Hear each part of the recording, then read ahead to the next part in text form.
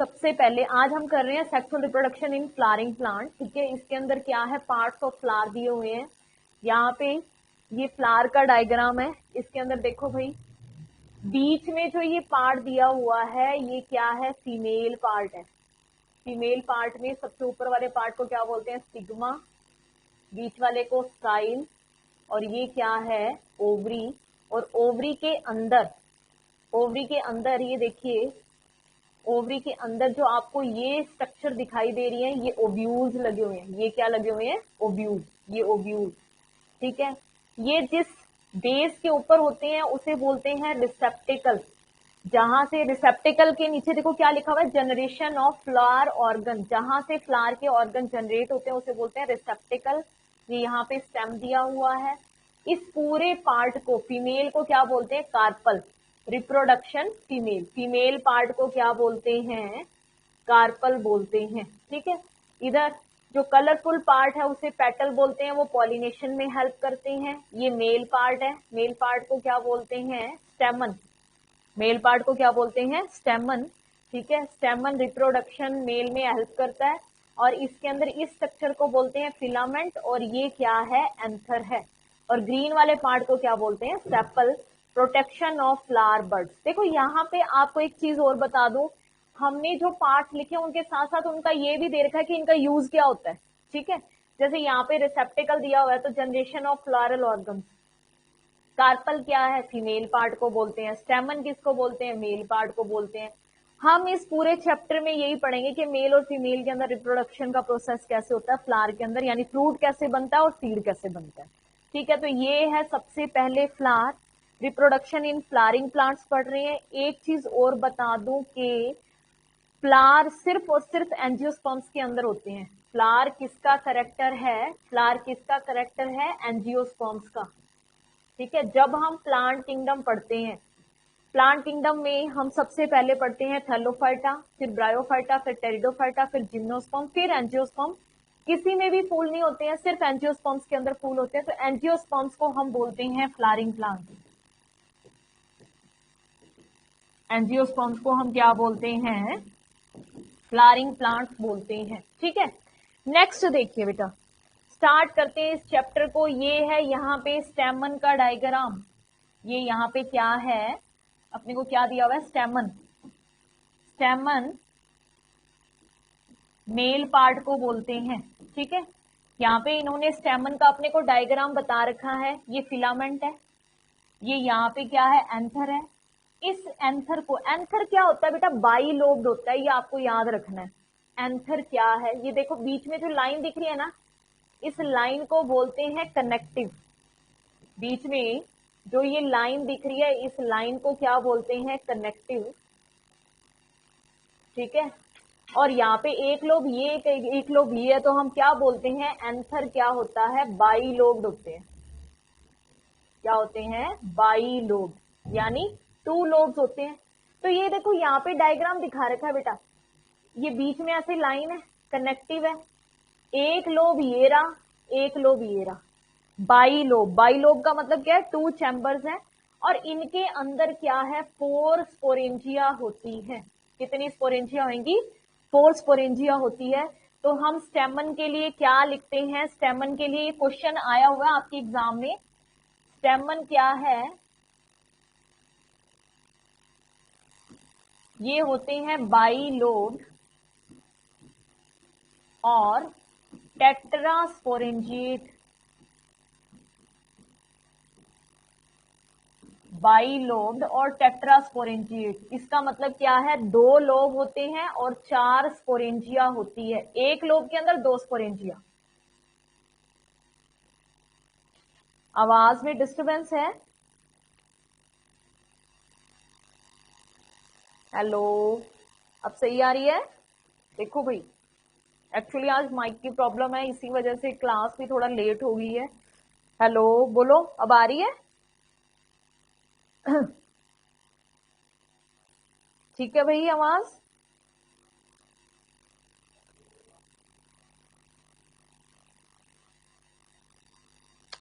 चलो आगे देखो, आवाज में ये कह रहे हैं प्रॉब्लम है। ठीक है, चलो अब देखो, इसके अंदर यहाँ पे क्या दिया हुआ है, 2 लोब है तो बाई लोब, और 4 स्पोरेंजिया है तो हम क्या बोलेंगे, टेट्रास्पोरेंजिएट। अब देखो यहाँ पे एक क्वेश्चन आता होता है बेटा, इसके लिए स्टेमन से एक क्वेश्चन आप लोगों से पूछा जाता है, इसका डिजिटल एंड प्रॉक्सिमल एंड, ये क्वेश्चन आता है। देखो जो स्टेमन है इसका ये वाला जो पार्ट है इसे बोलते हैं डिजिटल एंड, और इस वाले पार्ट को बोलते हैं, इस वाले पार्ट को बोलते हैं प्रॉक्सिमल एंड। ठीक है, तो आपसे ये पूछेंगे कि जो स्टेमन है उसका प्रॉक्सिमल एंड किस तरफ होता है, थैलेमस की तरफ। यहाँ पे क्या होता है, थैलेमस की तरफ क्या होता है, प्रॉक्सिमल एंड होता है, और एंथर लोब या जहां पे एंथर होता है वहां वो वाला पार्ट है उसको क्या बोलते हैं, डिजिटल एंड बोलते हैं। नेक्स्ट देखिए बेटा, इसकी डायग्राम दिखाई गई है आपको, ये फीमेल पार्ट है। देखो मेल पार्ट मैंने आपको बता दिया, फीमेल पार्ट और देख लो, फीमेल पार्ट ये दिखा रखा है। इसमें सबसे ऊपर वाले पार्ट को बोलते हैं स्टिग्मा, फिर स्टाइल, फिर ओवरी। ओवरी किसके ऊपर होती है, थैलेमस के ऊपर होती है। ठीक है, यहाँ पर ये डायग्राम क्या शो कर रहे हैं, इन दोनों डायग्राम को देखो, ये हम बाद में करवाएंगे। ये ओवरी का डायग्राम है, एम्ब्रियो सैक का डायग्राम है, ये मैं बाद में करवाऊंगी एक बार। यहाँ पर आपको ये क्या शो किया गया है, कार्पल्स। देखिए एक चीज समझनी है यहाँ पे आपको, ये मॉर्फोलॉजी ऑफ फ्लावरिंग प्लांट के अंदर पढ़ते हैं, मैं आपको यहीं पे करवा रही हूं। ठीक है, क्या दिया हुआ है कि सिनकार्पस का मतलब क्या होता है, एक मिनट ये समझिए, सिनकार्पस का मतलब क्या होता है। सिनकार्पस का मतलब है कि जब हमारे पास बहुत सारे कार्पल्स हैं वो फ्यूज हो गए। ठीक है, सिनकार्पस का मतलब क्या होता है, फ्यूज्ड कार्पल। बहुत सारे कार्पल्स हैं, जैसे मान लो ये एक कार्पल है, ये दूसरा, ये तीसरा, ये चौथा, ये पांचवा, ये छठा और ये सातवां है, 7 कार्पल्स हैं वो फ्यूज हो गए। यानी सिन कार्पस में फ्यूज कार्पल का मतलब मल्टी कार्पलरी कंडीशन है, मल्टी कार्पलरी कंडीशन है, बहुत सारे कार्पल है और वो आपस में फ्यूज हो गए तो उसे बोलते हैं सिन कार्पस। और ये क्या है, एपोकार्पस, ये वाली कंडीशन है, इसे क्या बोलते हैं, एपोकार्पस। एपोकार्पस का मतलब क्या होता है, एपोकार्पस का मतलब क्या होता है कि फ्री है कार्पल्स, फ्री कार्पल्स। तो यहाँ पे देखो कितने सारे कार्पल्स हैं और वो सारे फ्री आपको दिखाई दे रहे हैं। ठीक है, तो यहाँ पे आपको सिन कार्पस और एपोकार्पस टर्म्स का मतलब ध्यान रखना है। सिन कार्पस का मतलब जब बहुत सारे कार्पल्स फ्यूज हो जाते हैं तो उसे बोलते हैं सिन कार्पस, और अगर कार्पल्स क्या है, फ्री है, तो उसे बोलते हैं एपोकार्पस। ठीक है, और ये जो ओव्यूल दिखाया गया है ना, इस ओव्यूल का नाम आपको याद करना है बेटा, इस ओव्यूल का नाम है एनाट्रोफस ओव्यूल। ये कौन सा ओव्यूल है, एनाट्रोफस ओव्यूल। डायरेक्ट क्वेश्चन आता है कि एंजियोस्पर्म्स के अंदर कौन सा ओव्यूल होता है, डायरेक्ट क्वेश्चन आता है एंजियोस्पर्म्स के अंदर कौन सा ओव्यूल होता है, तो आप आंसर क्या दोगे, एनाट्रोफस। एनाट्रोफस ओव्यूल के अंदर क्या होता है कि जो हाइलम है, माइक्रोपाइल है और चैलेजा है, वो एक ही लाइन में होते हैं। ठीक है, यहाँ पे हाइलम है, ये माइक्रोपाइल है, ये चैलेजा है, वो एक ही लाइन में होते हैं, तो उसे बोलते हैं एनाट्रोफस ओव्यूल। ओके, तो ये एनाट्रोफस ओव्यूल है। नेक्स्ट डायग्राम देखिए, ये आपको क्या दिखा रखा है, ये आपको दिखा रखा है कि जो हमने एंथर किया है, जो हमने क्या किया है, एंथर किया है, उसके अंदर हमने क्या पढ़ा, 2 लोब, एक लोब ये होता है, एक लोब ये होता है, और इसके अंदर 4 स्पोरेंजिया है, तो इसे बोलते हैं टेट्रास्पोरेंजिएट कंडीशन। मैंने अभी आपको बताया था कितने स्पोरेंजिया है, 4 स्पोरेंजिया, तो क्या बोलते हैं, टेट्रास्पोरेंजिएट कंडीशन। ठीक है, अब इसके अंदर जो स्पोरेंजिया है, उन स्पोरेंजिया के अंदर क्या बनेंगे, पॉलन ग्रेन्स बनेंगे।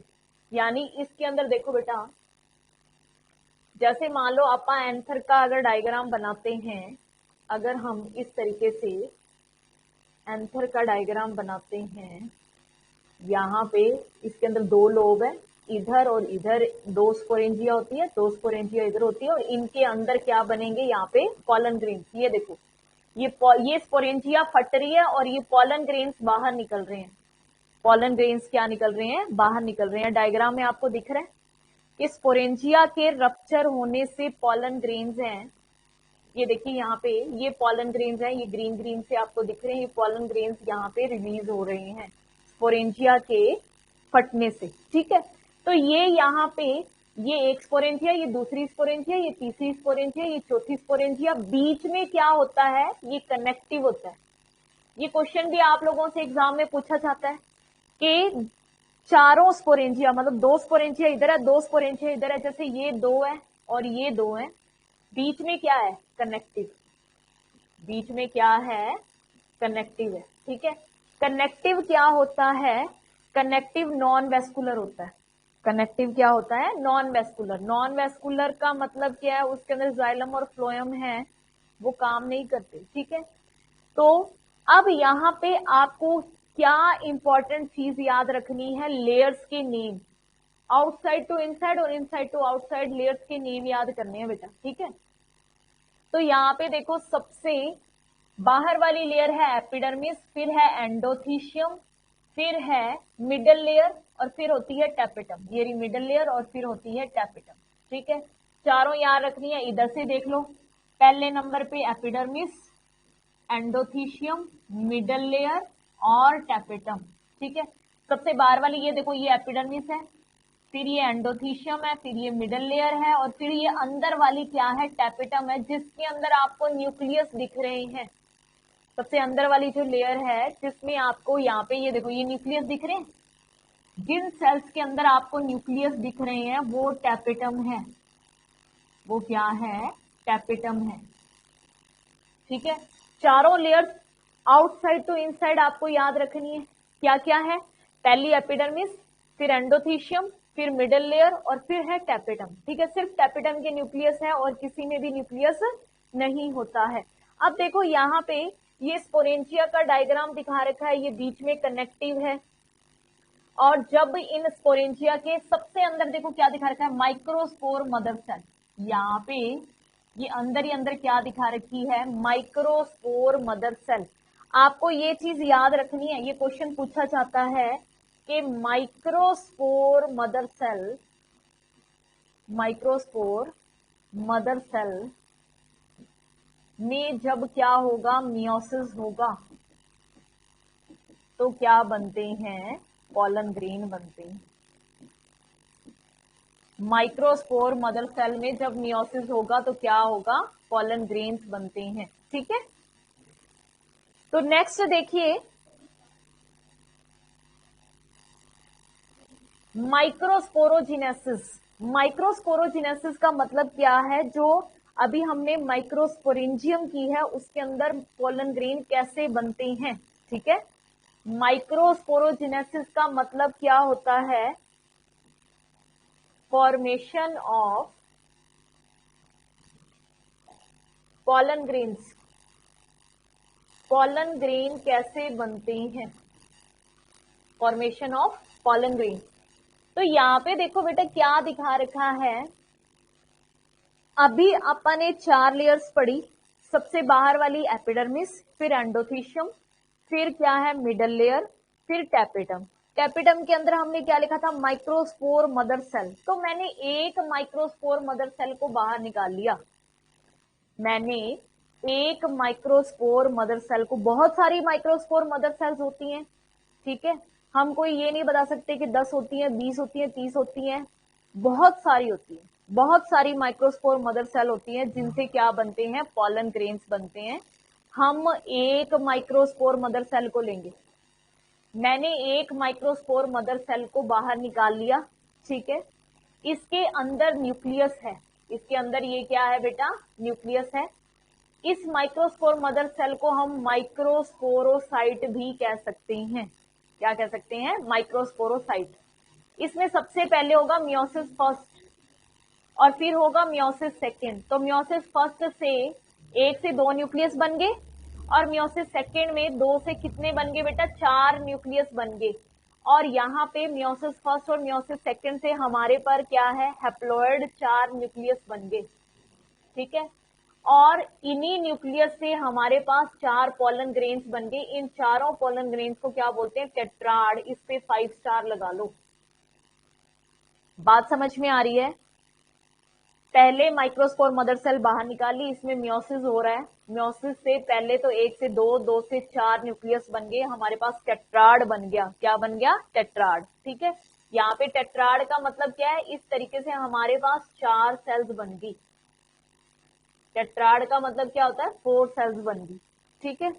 अब ये 4 सेल्स हैं, ये हमारे पास किस नाम से जाना जाता है, टेट्राड। अब इस टेट्राड में क्या होगा, हमने एक टेट्राड ले लिया। यहाँ पे बहुत बार डायग्राम देखो इस तरीके से बना हुआ मिलता है बेटा, ऐसे ऐसे ऐसे ऐसे। क्या कहते हैं, 3 तो टेट्राड में 3 तो पोलन ग्रेन्स हमें सामने से दिखते हैं और एक क्या होता है, पीछे होता है। अब ये इन्हें हम क्या बोलते हैं, माइक्रोस्पोर बोलते हैं। क्या बोलते हैं, माइक्रोस्पोर। देखो एक चीज मैं तुम्हें बता दूं, जब जब टर्म माइक्रो आ रही है, जब जब टर्म क्या आ रही है, माइक्रो आ रही है, माइक्रो कभी भी टर्म आ रही है तो उसका मतलब है कि वो मेल की बात कर रहे हैं बेटा। और जब जब मेगा टर्म आती है तो उसका मतलब होता है कि वो फीमेल की बात कर रहे हैं, ठीक है, याद रखियो। माइक्रो का मतलब है मेल की बात हो रही है, मेगा का मतलब है फीमेल की बात हो रही है। तो यहाँ पे माइक्रोस्पोर्स बन गए हमारे पास। अब ये माइक्रोस्पोर 4 है, हम एक का डेवलपमेंट आगे दिखा रहे हैं। आगे क्या होगा, ये एक माइक्रोस्पोर हमने ले लिया, इसका ये न्यूक्लियस है, इसके अंदर ये क्या है, रिलीज्ड माइक्रोस्पोर है। जब ये स्पोरेंजिया के फटने के बाद जब उड़ते हैं, ठीक है, तो उड़ते उड़ते जब ये रिलीज होते हैं ना, तो रिलीज होते टाइम इनके अंदर कभी कभी 2 सेल बनती है, कभी कभी 3 सेल बनती है, ठीक है। तो आप लोगों ने सुना होगा 2 सेल्ड माइक्रोस्पोर या फिर 3 सेल्ड माइक्रोस्पोर, यानी कि कभी कभी माइक्रोस्पोर्स हैं वो 2 सेल्ड स्ट्रक्चर के अंदर डेहिसेंस हो जाता है, कभी 3 सेल, कभी कभी इनके अंदर 2 सेल ही बनती हैं और कभी कभी इनके अंदर 3 सेल बन जाती हैं। तो इनका जब डेहिसेंस होता है वो 2 सेल्ड और 3 सेल्ड स्टेज के अंदर होता है, ठीक है। मैक्सिमम जो डेहिसेंस है यानी 60% डेहिसेंस है वो 2 सेल्ड स्टेज में होता है और 40% है वो 3 सेल्ड स्टेज के अंदर डेहिसेंस होता है जब ये उड़ के जा रहे होते हैं। तो यहाँ पे ये रिलीज्ड माइक्रोस्पोर है। अब इसके अंदर क्या होगा, न्यूक्लियस साइड में हो गया बेटा, और क्या है, बहुत बड़ी वैक्यूल बन जाती है। क्या बन जाएगी, बहुत बड़ी वैक्यूल बन जाएगी। अब इस वैक्यूल में ये जो सेल है, ये जो न्यूक्लियस है, इसके अंदर डिवीजन होगा और यहाँ पे देखो 2 सेल बन रही है, एक सेल ये रही और एक सेल ये रही, ठीक है। तो इन्होंने एक सेल को क्या नाम दिया है, जेनरेटिव सेल। ये जो बड़ी वाली है इसको बोलते हैं जेनरेटिव सेल, और वेजिटेटिव सेल, और छोटी वाली को क्या बोलते हैं, जेनरेटिव सेल, ठीक है। देखो क्या होता है, मैं इधर आपको बना के दिखा देती हूँ। इस तरीके से हमारे पास एक सेल होगी, इसमें इस तरीके से एक और सेल बन जाएगी, इसे बोलेंगे वेजिटेटिव सेल, और इसे बोलते हैं जेनरेटिव सेल, ठीक है। तो ये यहाँ पे देखो 2 सेल बनी हुई है, इस वाली छोटी वाली को हम बोल रहे हैं बेटा, इसको बोल रहे हैं जेनरेटिव सेल, और ये बड़ी वाली है इसको बोल रहे हैं वेजिटेटिव सेल, ठीक है। तो यहाँ पे अपने पास 2 सेल बन गई, एक जेनरेटिव और एक वेजिटेटिव। तो इस सेल के अंदर भी डेहिसेंस हो जाता है 2 सेल्ड स्टेज के अंदर। कभी कभी क्या होता है, यहां से 3 सेल्ड स्टेज बन जाती है। देखो बेटा ये 2 सेल्ड स्टेज है, 2 सेल में आपसे पूछ सकते हैं जब 2 सेल होती है तो कौन कौन सी होती है, वेजिटेटिव और जनरेटिव। 3 सेल्ड स्टेज के अंदर क्या होगा, जनरेटिव, नाम से ही पता चल रहा है जनरेट करने वाली। जनरेटिव का मतलब क्या होता है, जनरेट करने वाली, यानी ये क्या है, 2 स्पर्म सेल को या 2 मेल गैमीट्स को जनरेट कर देती है। यहाँ पे देखो ऐसे ऐसे 2 अपने को दिख रहे हैं ना, ये देखो ये 2 दिख रहे हैं। तो ये क्या है, जनरेटिव सेल ने यहाँ पे क्या हुआ, इस तरीके से, ये तो है अपनी वेजिटेटिव सेल,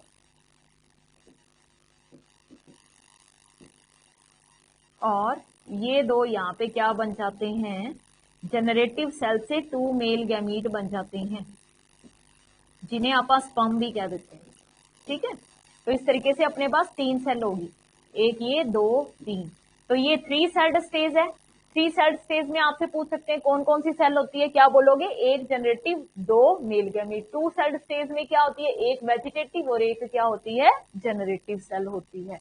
तो ये है माइक्रोस्पोरोजेनेसिस का प्रोसेस।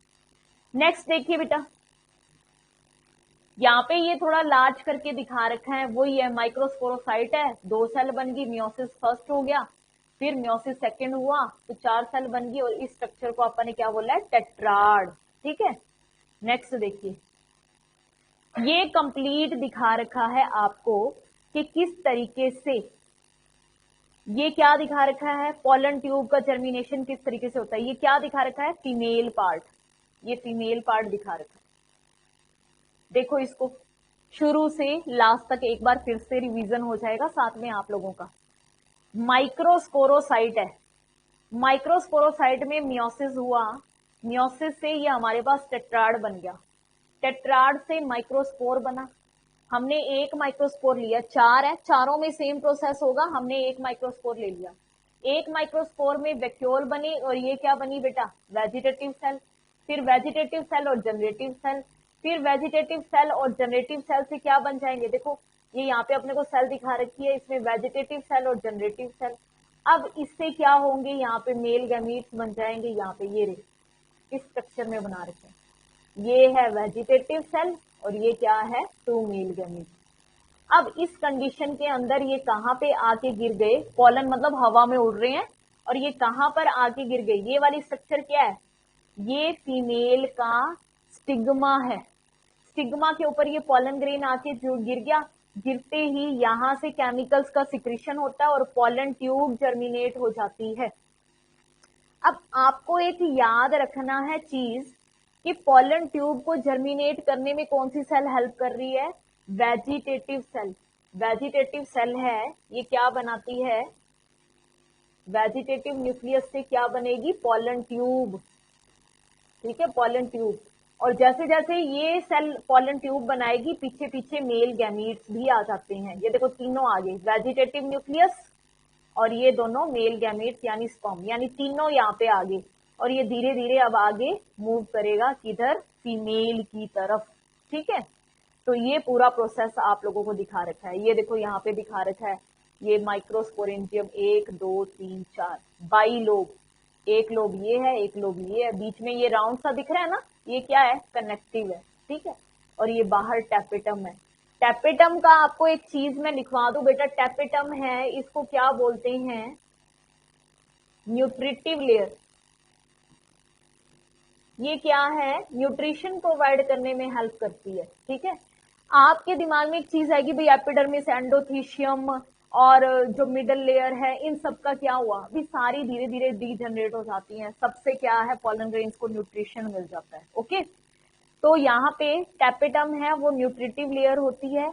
एक चीज और याद रखना, पॉलन ग्रेन्स के चारों ओर, ये डिजाइन सा दिख रहा है आपको, ये ब्लैक ब्लैक सा ये डिजाइन सा दिख रहा है, ये क्या है, ये डिजाइन क्या है, इस डिजाइन को बोलते हैं स्पोरोपोलेनिन। क्या बोलते हैं, स्पोरोपोलेनिन। स्पोरोपोलेनिन क्या है, देख लो बेटा, hardest substance in plant kingdom, hardest substance in plant kingdom. ठीक है, हार्डेस्ट सब्सटेंस है प्लांट किंगडम का। ओके, याद रखना है, हार्डेस्ट सब्सटेंस है प्लांट किंगडम का स्पोरोपोलेनिन, यानी स्पोरोपोलेनिन है, ये हीट के लिए, टेम्परेचर के लिए, बारिश के लिए, हर चीज के लिए रेजिस्टेंस पावर होती है इसके अंदर। कि हम चाहे प्लांट को किसी भी टाइप के पॉलन ग्रेन्स है वो चाहे जमीन में दब जाए, तभी तो इनके फॉसिल्स भी मिलते हैं पॉलन ग्रेन्स के, क्योंकि उनके चारों ओर क्या होता है, स्पोरोपोलेनिन होता है, और स्पोरोपोलेनिन क्या करता है, हार्डेस्ट सब्सटेंस है प्लांट किंगडम का। इतना, अब देखो ये पॉलन ट्यूब बन निकल रही है ना, ये यहाँ से निकलती है, यहाँ पे जर्म पोर होता है, यहाँ पे क्या होता है, ये जो डिजाइन देखो, ये डिजाइन है, इनके बीच में थोड़ी थोड़ी जगह है, थोड़ी थोड़ी जगह है ना, यहाँ से पॉलन ट्यूब निकलेगी। जो ये जगह है ना, इसको बोलते हैं जर्म पोर। आपसे क्वेश्चन पूछ सकते हैं कि पॉलन ट्यूब कहाँ से निकलती है। पॉलन ट्यूब कहाँ से निकलती है? जर्म पोर से निकलती है। ठीक है, बीच में थोड़ा थोड़ा क्या होता है, स्पोरोपोलेनिन के साथ साथ स्पेस होता है, उसे बोलते हैं जर्म पोर। नेक्स्ट देखिए बेटा, ये दिखा रखा है ओव्यूल की स्ट्रक्चर। किसकी स्ट्रक्चर है? ओव्यूल की स्ट्रक्चर। देखो मैं डायग्राम आपको बना के एक बार दिखा देती हूँ। इस तरीके से फीमेल पार्ट होता है बेटा, इसे बोलते हैं स्टिग्मा। ये क्या है? स्टाइल। ये क्या है? ओवरी। और अंदर क्या होता है? ओव्यूल। ठीक है, तो ये भाई अंदर ये जो ओव्यूल है ना, ये ओव्यूल, इसका डायग्राम दिखा रखा है। ओके, इसके अंदर जो ये सेल्स दिख रही हैं आपको 3, 4, 5, 6, 7 है ना, ये जो सेल्स हैं ये न्यूक्लियस के डिवीजन से बनी है। पहले न्यूक्लियस का 3 बार डिवीजन होता है, फिर क्या हो जाता है? साइटोकाइनेसिस। देखो एक चीज बता दूं मैं आपको कि क्या होता है बेटा, यहाँ पे इस स्ट्रक्चर को एम्ब्रियो सैक बोलते हैं। इस स्ट्रक्चर को क्या बोलते हैं? Embryo sac. ओके, तो एम्ब्रियो सैक के अंदर क्या होता है? देखो एक बार ये क्वेश्चन आप लोगों के एग्जाम में आया हुआ है कि एम्ब्रियो सैक है, उसके अंदर कितनी सेल्स होती हैं? एम्ब्रियो सैक के अंदर 8 न्यूक्लिएटेड 7 सेल्ड एम्ब्रियो सैक होता है। क्या लिखोगे? 8 न्यूक्लिएटेड 7 सेल्ड एम्ब्रियो सैक। और ये जो एम्ब्रियो सैक है इसको क्या बोलते हैं बेटा? Polygonum type of embryo sac, क्योंकि ये पॉलीगोनम प्लांट के अंदर देखा गया था। Polygonum type, polygonum type of embryo sac. ठीक है, polygonum type of embryo sac, 8 nucleated 7 cell. याद रखना है, यहाँ पे पहले बेटा 8 न्यूक्लियस बनते हैं। यहाँ पे क्या होता है? पहले देखो 8 न्यूक्लियस बनते हैं इस तरीके से। ये इस तरीके से है, 1 2 3 4 5 6 7। यहाँ पे 2 न्यूक्लियस है ना, उनके चारों ओर एक ही सेल बन जाती है। तो कितनी सेल बन गई? देखो 1 2 3 4 5 6 7, 7 सेल। और 1 2 3 4 5 6 7 8, 8 न्यूक्लियस बन जाते हैं। इस स्ट्रक्चर को बोलते हैं एम्ब्रियो सैक। ओके, ये सेल्स के डिवीजन से हुआ है। ऊपर ओव्यूल के ऊपर वाला जो पार्ट होता है उसे बोलते हैं चैलेजा। याद रखना है, ऊपर वाला जो पार्ट है उसे बोलते हैं चैलेजा। नीचे क्या होता है? माइक्रोपाइल। आपको याद रखना है, माइक्रोपाइल से पॉलन ट्यूब की एंट्री होती है। माइक्रोपाइल से क्या होता है? Entry of pollen tube. ठीक है, पॉलन ट्यूब की एंट्री है वो कहां से होती है? माइक्रोपाइल से होती है। ये जो स्टॉक लाइक स्ट्रक्चर दिखा रखी है इसे बोलते हैं फनिकल। आपको याद रखना, यहाँ पे ये क्या है बेटा? ओवरी है। ओवरी से, ओवरी की वॉल से, ओवरी की वॉल से ओव्यूल एक स्टॉक लाइक स्ट्रक्चर से जुड़ा रहता है जिसे बोलते हैं फनिकल। ठीक है, क्या बोलोगे? ओवरी की वॉल से ओव्यूल है, एक स्टॉक लाइक स्ट्रक्चर से जुड़ा रहता है, उस स्ट्रक्चर को बोलते हैं फनिकल। यहाँ पे प्लेसेंटा है। ठीक है, बीच में नीचे ओवरी है। ये इसकी कवरिंग्स है, आउटर और इनर इंटेग्यूमेंट्स। इंटेग्यूमेंट्स का मतलब क्या होता है? कवरिंग्स। यहाँ पे देखो 3 सेल हैं, बीच वाली को बोलते हैं एग सेल और साइडों वाली को बोलते हैं सिनर्जिड्स।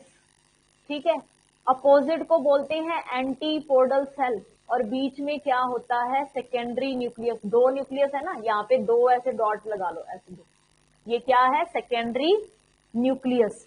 तो इसके ऊपर देखो क्वेश्चन आपसे पूछा जा सकता है। चैलेजल एंड वाली तरफ की जो सेल्स होती है उनको क्या बोलते हैं? एंटीपोडल। माइक्रोपाइल की तरफ क्या होता है? एग अपरेटस, जिसमें एक एग सेल होती है, 2 सिनर्जिड्स होती हैं, बीच में न्यूक्लियस होते हैं सेकेंडरी, 2 न्यूक्लियस होते हैं, स्टॉक जिससे ओव्यूल ओवरी से अटैच रहता है, फनिकल नीचे प्लेसेंटा होता है, इसकी कवरिंग को आउटर और इनर इंटेगुमेंट, मतलब दो कवरिंग है, दो कवरिंग होती है, उसे बोलते हैं बाईटेगमिक, बाईटेगमिक, ठीक है। टू कवरिंग्स को क्या बोलेंगे, बाईटेगमिक। समझ आ रहा है यहां तक? यहां तक अगर किसी को कोई प्रॉब्लम है तो प्लीज चैट बॉक्स में बता दो, फिर मैं आगे चल रही हूं। बोलो भाई, डन है सबको? समझ आ रहा है बेटा?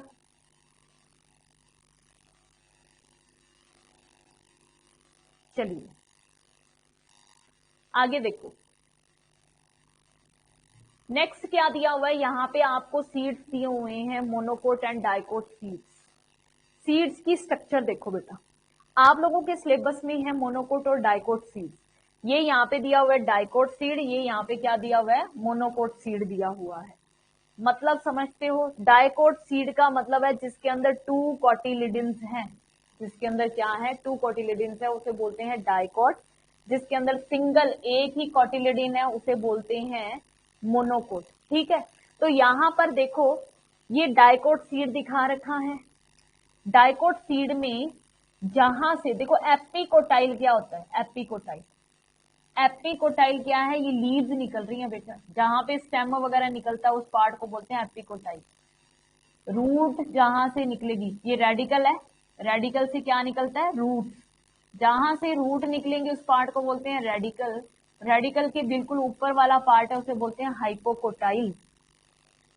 यहाँ पे दो कोट्स दिए हुए हैं, इन्हें क्या बोलते हैं, कॉटिलिडन, और ये क्या है, सीड कोट, बाहर वाली कवरिंग को क्या बोलते हैं, सीड कोट। आपको एक चीज याद रखनी है कि रूट किससे अराइज होती है, शूट किससे अराइज होती है, रेडिकल से अराइज होती है रूट, और लिम्यूल से अराइज होता है शूट, याद रखना, ओके। इधर मोनोकोट सीड के अंदर बहुत ही इंपॉर्टेंट क्वेश्चन आते हैं बेटा। मोनोकोट सीड के अंदर देखो क्या होता है, ये जो इस तरीके से यहाँ पे एक आपको कोट दिया हुआ है, पेपरी कोट, सिंगल कोट होता है, क्या होता है, सिंगल कोट, एक ही कोट होता है तो इसे मोनोकोट बोलते हैं। सिंगल कोट है वो पेपरी होता है, पेपरी का मतलब क्या है, बहुत ज्यादा पतला कागज जैसा, पेपरी कोटिलिडन होता है। यानी मोनोकोट में आपसे ये पूछते हैं कि सिंगल कोट को क्या कहते हैं, स्कूटेलम। ये क्वेश्चन आता है नीट एग्जाम्स के अंदर, ठीक है, कंपटीशन एग्जाम्स के अंदर ये क्वेश्चन आता है कि मोनोकोट सीड के अंदर पेपरी कोटिलिडन बहुत पतला कोट होता है, उसको क्या बोलते हैं, स्कूटेलम बोलते हैं, क्या बोलते हैं, स्कूटेलम। यहां पर एंडोस्पर्म होता है, यहां पर क्या होता है, एंडोस्पर्म। एंडोस्पर्म क्या होता है बेटा, स्टोर्ड फूड होता है। बाहर यहाँ पे प्रोटीन की लेयर होती है,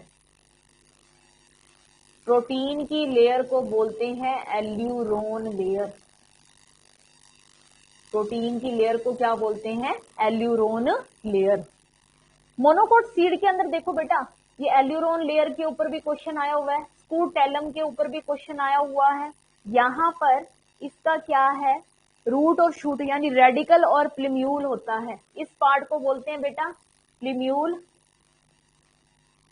और प्लिम्यूल के ऊपर मोनोकोट्स में एक एक्स्ट्रा कवरिंग होती है जिसे बोलते हैं कोलियोपटाइल, इसके ऊपर एक एक्स्ट्रा कवरिंग और होगी, प्लिम्यूल के ऊपर एक एक्स्ट्रा कवरिंग होती है जिसे बोलते हैं कोलियोपटाइल।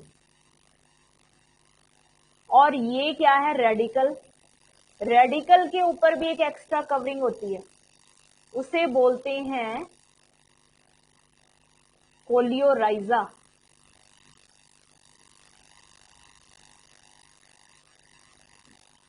कोलियोपटाइल एंड कोलियोराइजा पे बहुत बार एग्जाम्स में क्वेश्चन आ चुका है, मैं यहाँ पे एक बार लिख देती हूँ बेटा, क्या है,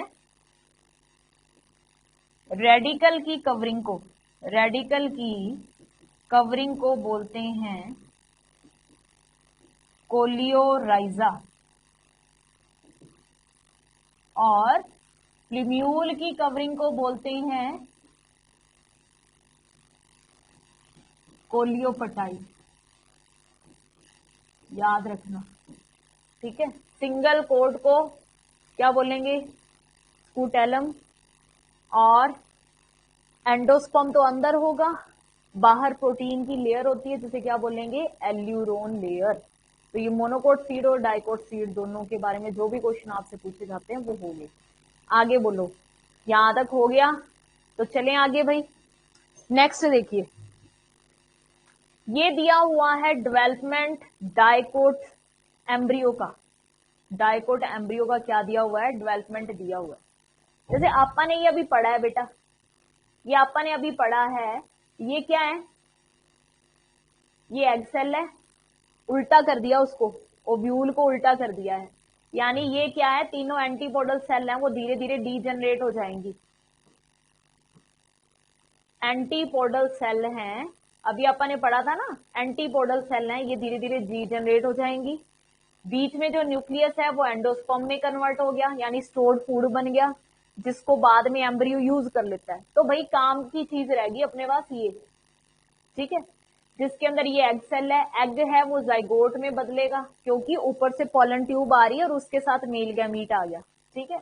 तो ये एम्ब्रियो में कन्वर्ट होएगा जाइगोट, और सिनर्जिड्स हैं वो भी क्या हो जाएंगी, डीजनरेट हो जाएंगी। यानी कुल मिला के हमारे पास ये रह जाएगा, बाकी सारे डीजनरेट हो जाएंगे। तो ये चीज ये पड़ी बेटा, ये चीज ये पड़ी, बाकी सारा डीजनरेट हो जाएगा, ठीक है। ये है, इसको देखो क्या बोलते हैं, प्राइमरी एंडोस्पर्म सेल, पीईसी। आप घबराना मत, पीईसी कभी लिखा जाए तो यानी कि वो एंडोस्पर्म की बात कर रहे हैं, स्टोर्ड फूड की बात कर रहे हैं। ये डाइगोट एम्ब्रियो का डेवलपमेंट दिखा रखा है, जाइगोट है, इसमें डिवीजन होएगा, 1 से 2 सेल बनेंगी, 2 से फिर धीरे धीरे देखो सेल्स इंक्रीज होती जा रही हैं। आपको यहाँ पे क्वेश्चन क्या पूछेंगे, देखिए कि जब एम्ब्रियो का डेवलपमेंट होता है तो एम्ब्रियो के डेवलपमेंट में सबसे पहले जो एम्ब्रियो की स्टेज बनेगी उसका नाम क्या होता है, तो पहले नंबर पे बनेगा ग्लोब्यूलर एम्ब्रियो, ग्लोब्यूलर, गोल गोल। फिर हो जाएगा हार्ट शेप एम्ब्रियो, ये देखो ये वाली जो शेप है ना, ये हार्ट शेप है। फिर क्या बनेगा, दूसरे नंबर पे बनता है हार्ट शेप एम्ब्रियो। तीसरे नंबर पे बनता है ये हॉर्स शू शेप बनती है बेटा, ये क्या होती है, हॉर्स शू शेप एम्ब्रियो। तो तीसरे नंबर पे जो मैच्योर एम्ब्रियो होगा वो कैसा होगा, हॉर्स शू शेप एम्ब्रियो, ठीक है बेटा।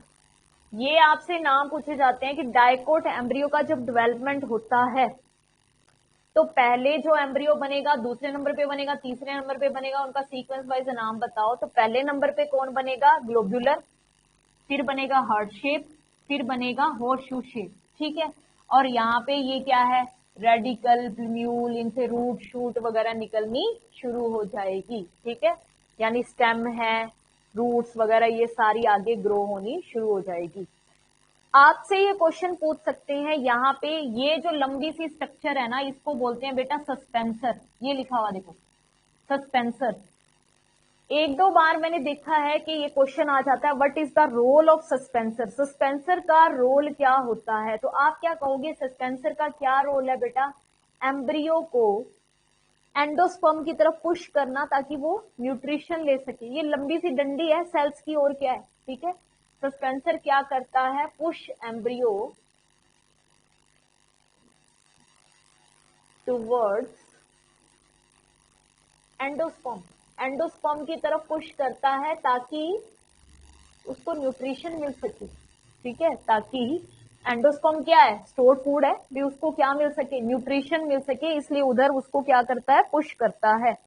नेक्स्ट देखो बेटा, ये दे रखा है मोनोकोट सीड का डेवलपमेंट।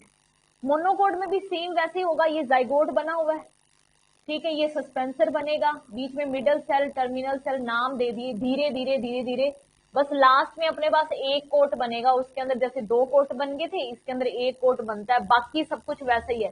सस्पेंसर का क्या रोल होगा, एम्ब्रियो को एंडोस्पर्म की तरफ पुश करना, ठीक है। पल्म्यूल से क्या बनेगा, पल्म्यूल से बनेगा स्टेम, कॉटिलिडन्स को स्कूटेलम। कोटिलिडम का नाम क्या होगा? स्कूटेलम।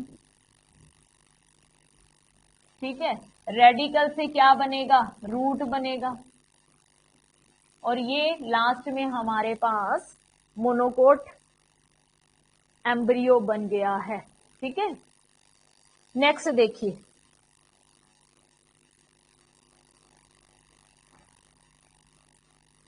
ये आपको यहाँ पे दिखा रखा है बेटा, पॉलन ट्यूब कैसे मूव करती है। पॉलन ट्यूब कैसे मूव करती है, देखो ये पॉलन ट्यूब आ रही है, ये इस तरीके से माइक्रोपाइल से एंटर करती है, याद रखना है। पॉलन ट्यूब कहां से एंटर करती है? माइक्रोपाइल से एंटर करती है। नेक्स्ट देखो, ये यहाँ पे क्या दिखा रखी है? Path of pollen tube entry into the ovule. Pollen tube ovule के अंदर कैसे एंटर करती है? 3 रास्तों से एंटर कर सकती है बेटा। पोरोगैमी किसे कहते हैं? सीधा डायरेक्ट क्वेश्चन आता है, what is the mean of पोरोगैमी? पोरोगैमी का मतलब है जब पॉलन ट्यूब माइक्रोपाइल से एंटर कर रही है। पोरोगैमी का मतलब क्या है? पॉलन ट्यूब कहां से एंटर कर रही है? माइक्रोपाइल से एंटर कर रही है, तो उसे बोलते हैं पोरोगैमी। चैलेजोगैमी कब कहेंगे? जब पॉलन ट्यूब कहां से आ रही है? चैलेजा से एंटर कर रही है, चैलेजल एंड से एंटर कर रही है। माइक्रोपाइल का अपोजिट होता है चैलेजा। ठीक है, और मीजोगैमी का मतलब क्या है? जब पॉलन ट्यूब इंटेग्यूमेंट से एंटर कर रही है। इंटेग्यूमेंट का मतलब क्या है? आउटर इनर इंटेग्यूमेंट, मतलब लेयर्स से एंटर कर रही है, तो उसे बोलते हैं पोरोगैमी, चास्मोगैमी, मीजोगैमी। नेक्स्ट देखो बेटा, ये यहाँ पे आपको क्या दिखाया है? यहाँ पे मैंने आपको ये दिखाया है कि ओव्यूल क्या होते हैं। जैसे क्वेश्चन आता है, क्वेश्चन क्या आता है आप लोगों के? क्वेश्चन ये आता है कि ओवरी किसमें कन्वर्ट होती है और ओव्यूल किसमें कन्वर्ट होता है। ओवरी कन्वर्ट होती है फ्रूट में, और ओव्यूल किसमें कन्वर्ट होता है? सीड के अंदर। तो भाई ये यहाँ पे आपको डायग्राम दिखा रखा है। ठीक है, इसके अंदर ये ओव्यूल है बेटे, ये ओव्यूल है, यानी ये सीड में कन्वर्ट होंगे। ये ओवरी है, ये फ्रूट में कन्वर्ट हो जाएगी। बस इस डायग्राम में मैं आपको यही दिखाना चाहती थी, इसलिए मैंने ये पिक्चर ले ली। नेक्स्ट देखो, ये यहाँ पे क्या दिखा रखा है? मेगास्पोर, यानी एग जो बनता है, एम्ब्रियो सैक जो बनता है, वो किस तरीके से बनता है। अपन ने माइक्रोस्पोरोजेनेसिस किया था, मेगास्पोरोजेनेसिस थोड़ा सा रह गया था, ये अपनी पिक्चर पीछे होगी थोड़ी सी। मेगास्पोरोजेनेसिस देखो, ये क्या है? मेगास्पोर मदर सेल जो एग बनाती है, उसके अंदर वही मियोसिस फर्स्ट होगा, मियोसिस सेकंड होगा, और 4 अपने पास मेगास्पोर बनेंगे, जैसे 4 अपने पास माइक्रोस्पोर बने थे। यानी यहां तक तो आपको समझ आ जाएगा। 4 मेगास्पोर बनेंगे जैसे 4 माइक्रोस्पोर बने थे, यानी 4 मेगास्पोर और हमारे पास 4 ही क्या बने थे? माइक्रोस्पोर बने थे। ये हमने किया था। अब माइक्रोस्पोर तो बेटा 4 ही रह जाते हैं, लेकिन मेगास्पोर में देखो क्या हो रहा है? एक ही रह रहा है, 3 तो डी जनरेट हो रहे हैं। यानी आपको ये याद रखना है कि एग हमेशा एक ही बनता है। ठीक है, 3 देखो मेगास्पोर है, 3 डी जनरेट हो रहे हैं, एक ही फंक्शनल रह रहा है। अब जो एक फंक्शनल रह रहा है ना, उसके अंदर आगे न्यूक्लियस का डिवीजन होएगा और हमारे पास ये एम्ब्रियो सैक बन जाएगा, जिसके अंदर 1 2 3 4 5 6 7 8 न्यूक्लियस होंगे और 7 सेल होंगी। 7 सेल होंगी और 8 क्या होंगे? न्यूक्लियस होंगे। नेक्स्ट देखिए बेटा, अब हमारा नेक्स्ट टॉपिक आ गया है पॉलिनेशन। पॉलिनेशन आप लोग समझते हैं, पॉलन ग्रेन्स, देखो यहाँ पे पॉलन ग्रेन्स हैं, वो उड़ के किसी एजेंसी के थ्रू, एजेंसी यहाँ पे क्या है? इंसेक्ट है, इंसेक्ट के थ्रू किस पे जा रहे हैं? स्टिग्मा पे जा रहे हैं, तो इसे ही बोलते हैं पॉलिनेशन। पॉलन ग्रेन्स एंथर से कहां पे जा रहे हैं? स्टिग्मा पे जा रहे हैं, इसे क्या बोलते हैं? पॉलिनेशन बोलते हैं। ठीक है, नेक्स्ट देखो, पॉलिनेशन यहाँ पे टाइप्स दिखा रखे हैं बेटा। ऑटोगैमी किसे बोलते हैं? सेल्फ पॉलिनेशन को बोलते हैं ऑटोगैमी। जीनोगैमी किसे बोलते हैं? क्रॉस पॉलिनेशन को बोलते हैं। सेल्फ का मतलब उसी फ्लावर के एंथर या पॉलन ग्रेन उसी की स्टिग्मा पे, तो उसे बोलते हैं ऑटोगैमी। अगर यहां से पॉलन ग्रेन उड़कर दूसरे फ्लावर की स्टिग्मा पे जा रहे हैं, तो उसे बोलेंगे क्रॉस पॉलिनेशन, जीनोगैमी। और जिटोनोगैमी क्या होती है?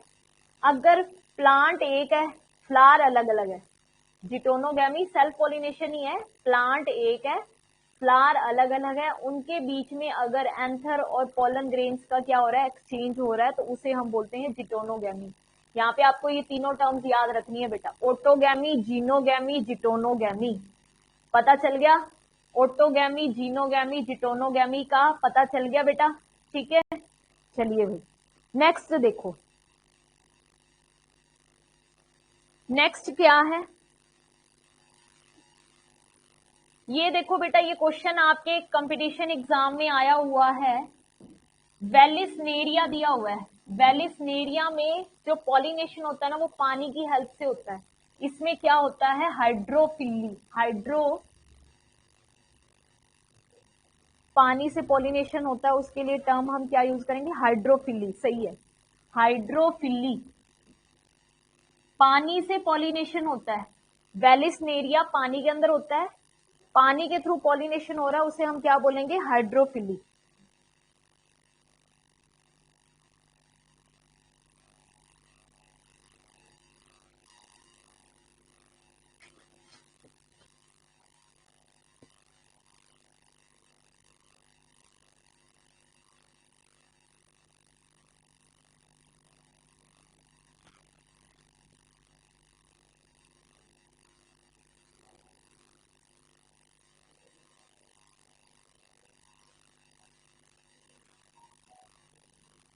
वेलिसनेरिया के अंदर देखिए बेटा, पॉलिनेशन है वो कैसे पानी की हेल्प से होता है, हाइड्रोफिली होती है। इसमें वेलिसनेरिया के अंदर जो फ्लावर है वो देखो वाटर की सरफेस पे आ जाते हैं और फिर इस तरीके से मूव करते हुए चले जाते हैं। ठीक है, नेक्स्ट देखो, ये क्या दिखा रखा है, पॉलिनेशन इन साल्विया। सीधा क्वेश्चन आता है कि साल्विया के अंदर किस टाइप का पॉलिनेशन होता है, साल्विया के अंदर किस टाइप का पॉलिनेशन होता है, इसे क्या बोलते हैं, लेवर मैकेनिज्म इन साल्विया। इसे क्या बोलते हैं, लेवर मैकेनिज्म इन साल्विया।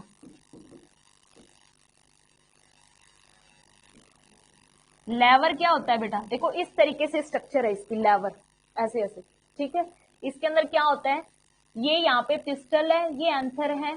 जैसे ही कोई इंसेक्ट आके बैठेगा, ये इस चीज को टच करता है तो ये आके इसकी पीठ के ऊपर लगता है। ठीक है, ये स्टिग्मा आके इसकी पीठ पे लगती है और इसके ऊपर पॉलन ग्रेन्स होंगे, तो वो स्टिग्मा से पॉलन ग्रेन्स चिपक जाते हैं। ठीक है, लेवर मैकेनिज्म, ऐसी स्ट्रक्चर को, बस आपसे तो एग्जाम्पल पूछेंगे, आपसे क्या पूछेंगे कि लेवर मैकेनिज्म किसमें देखने को मिलता है, साल्विया। आपको तो बस एग्जाम्पल लर्न करना है बस। ठीक है,